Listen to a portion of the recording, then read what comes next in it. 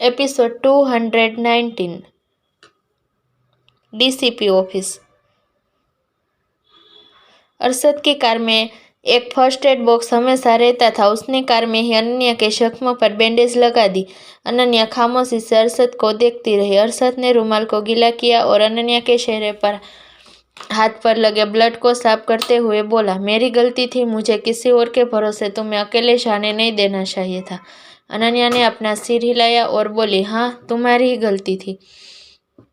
अरशद हल्का सा मुस्कुराया और उसकी नाक पर टैप करते हुए बोला, लगता है वो लोग तुम्हें ज्यादा परेशान नहीं कर पाए।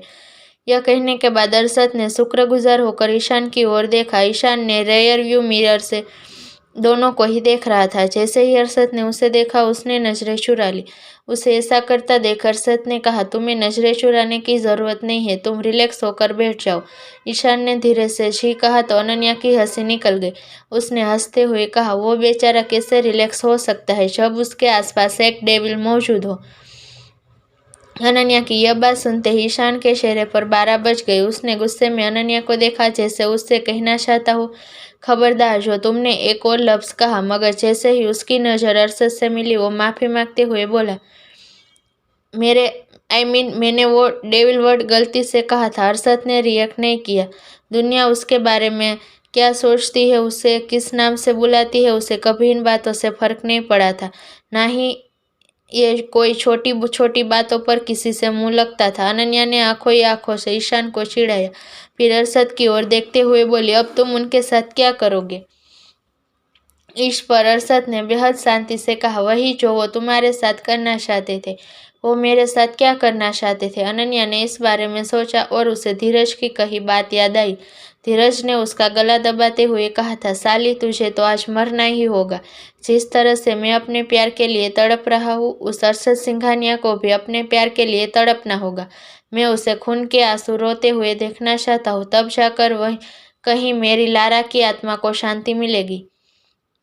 यह याद आते ही अनन्या की आंखें एकदम से बड़ी हो गई। उसने अरशद का हाथ पकड़ते हुए कहा, तुम उन्हें मारने वाले हो। इस पर अरशद हल्का सा मुस्कुराया, फिर अनन्या के बिखरे बालों को ठीक करते हुए पूछा, क्या वो तुम्हें मारना चाहता था।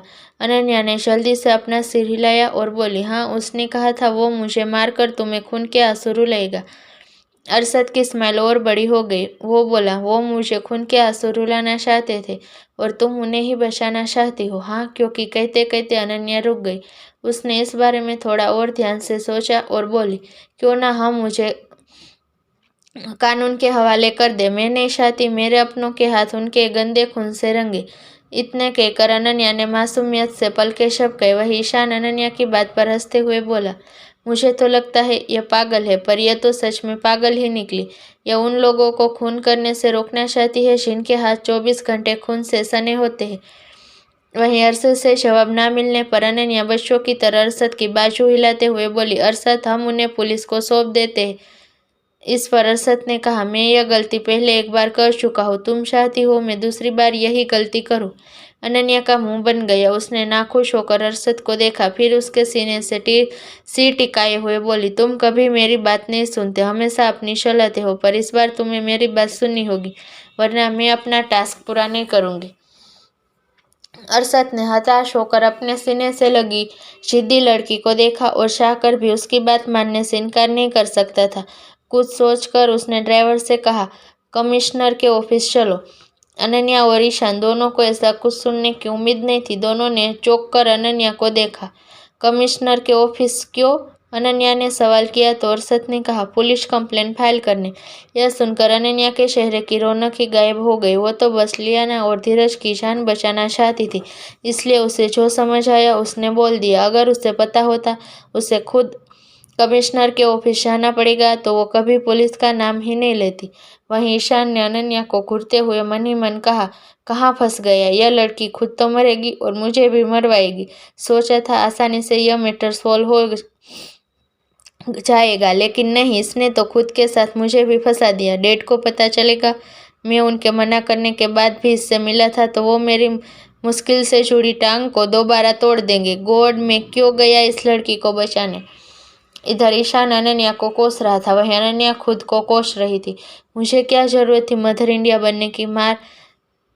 मार लिया ना, खुद के पैरों पर कुल्हाड़ी। दूसरी तरफ मॉल में निशांत अधीरा से मिला। सारी सिचुएशन डिस्कस करते हुए निशांत ने नोटिस किया अधीरा उससे कहीं ज्यादा परेशान थी। तभी अधीरा ने कहा, उन्हें सही सलामत वापस लाने की जिम्मेदारी मेरी है। निशांत अधीरा की काबिलियत पर सवाल नहीं उठाना चाहता था, मगर अभी सवाल उसके भाई का था। वो कुछ कहता तभी अधीरा का फोन रिंग हुआ। कॉल अर्जुन बजाज का था। अर्जुन से बात करने के बाद अधीरा को राहत मिली। उसने पूछा, अब वो कैसी है? दूसरी तरफ से अर्जुन ने कहा, वो ठीक है, तुम उसे लेकर परेशान मत हो। मैं और अरशद दोनों समय पर पहुंच गए थे। हालांकि अनन्या और उसके दोस्त ने पहले ही खुद को बचा लिया था। अरशद का नाम सुनते ही अधीरा के होठों पर आई मुस्कान एकदम से गायब हो गई। उसने अविश्वास के साथ पूछा, भाई, क्या आपने अरशद का नाम लिया? इस पर अर्जुन ने कहा, हाँ, पर तुम इतनी हैरान क्यों हो? क्या तुमने कुछ ऐसा किया है जो तुम्हें नहीं करना चाहिए था? अर्जुन अधीरा की रग रग से वाकिफ था, इसलिए उसे समझने में देर नहीं लगी। अधीरा ने कुछ गड़बड़ कर दी है। अधीरा अर्जुन को बताना चाहती थी कि उसकी अरशद से बात हुई थी, मगर कुछ सोचकर उसने इस वक्त अपनी गलती को जाहिर करना सही नहीं समझा और बोली, भाई, मैं आपसे बाद में बात करती हूँ।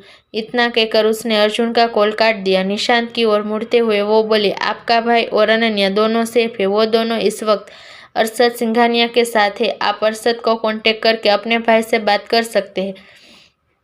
अनन्या के बारे में बात करते हुए अधीरा ने इस बात का पूरा ख्याल रखा कि उसके और अनन्या के रिश्ते का सच बाहर न आने पाए। निशांत को ईशान की अपडेट देने के बाद अधीरा तेज कदमों से वहां से चली गई। अधीरा के चाहते ही साध्वी बोली, इस वक्त अनन्या और ईशान अरशद के साथ है, मतलब अरशद ने दोनों को बचा लिया। उसके यह कहते ही निशांत बोला, तुम्हारे पास अरशद का कॉन्टेक्ट नंबर है? साध्वी ने मायूसी के साथ नामे सिर हिला दिया। निशांत ने कुछ और नहीं पूछा। साध्वी को घर जाने को कहकर उसने अशोक कपूर को इस बारे में बताया। Deputy commissioner office. Arshad DCP के सामने बैठा उनसे सीरियस वे में कुछ डिस्कस कर रहा था। वही उसके पीछे खड़े ईशान और अनन्या अपनी किस्मत को कोसते हुए एक दूसरे को घूर रहे थे। ईशान ने दांत पीसते हुए कहा, अब तक की अपनी जिंदगी में मैं कभी पुलिस स्टेशन नहीं गया, लेकिन आज तुम्हारी बेवकूफ़ी की वजह से मैं डीसीपी के ऑफिस में खड़ा हूँ।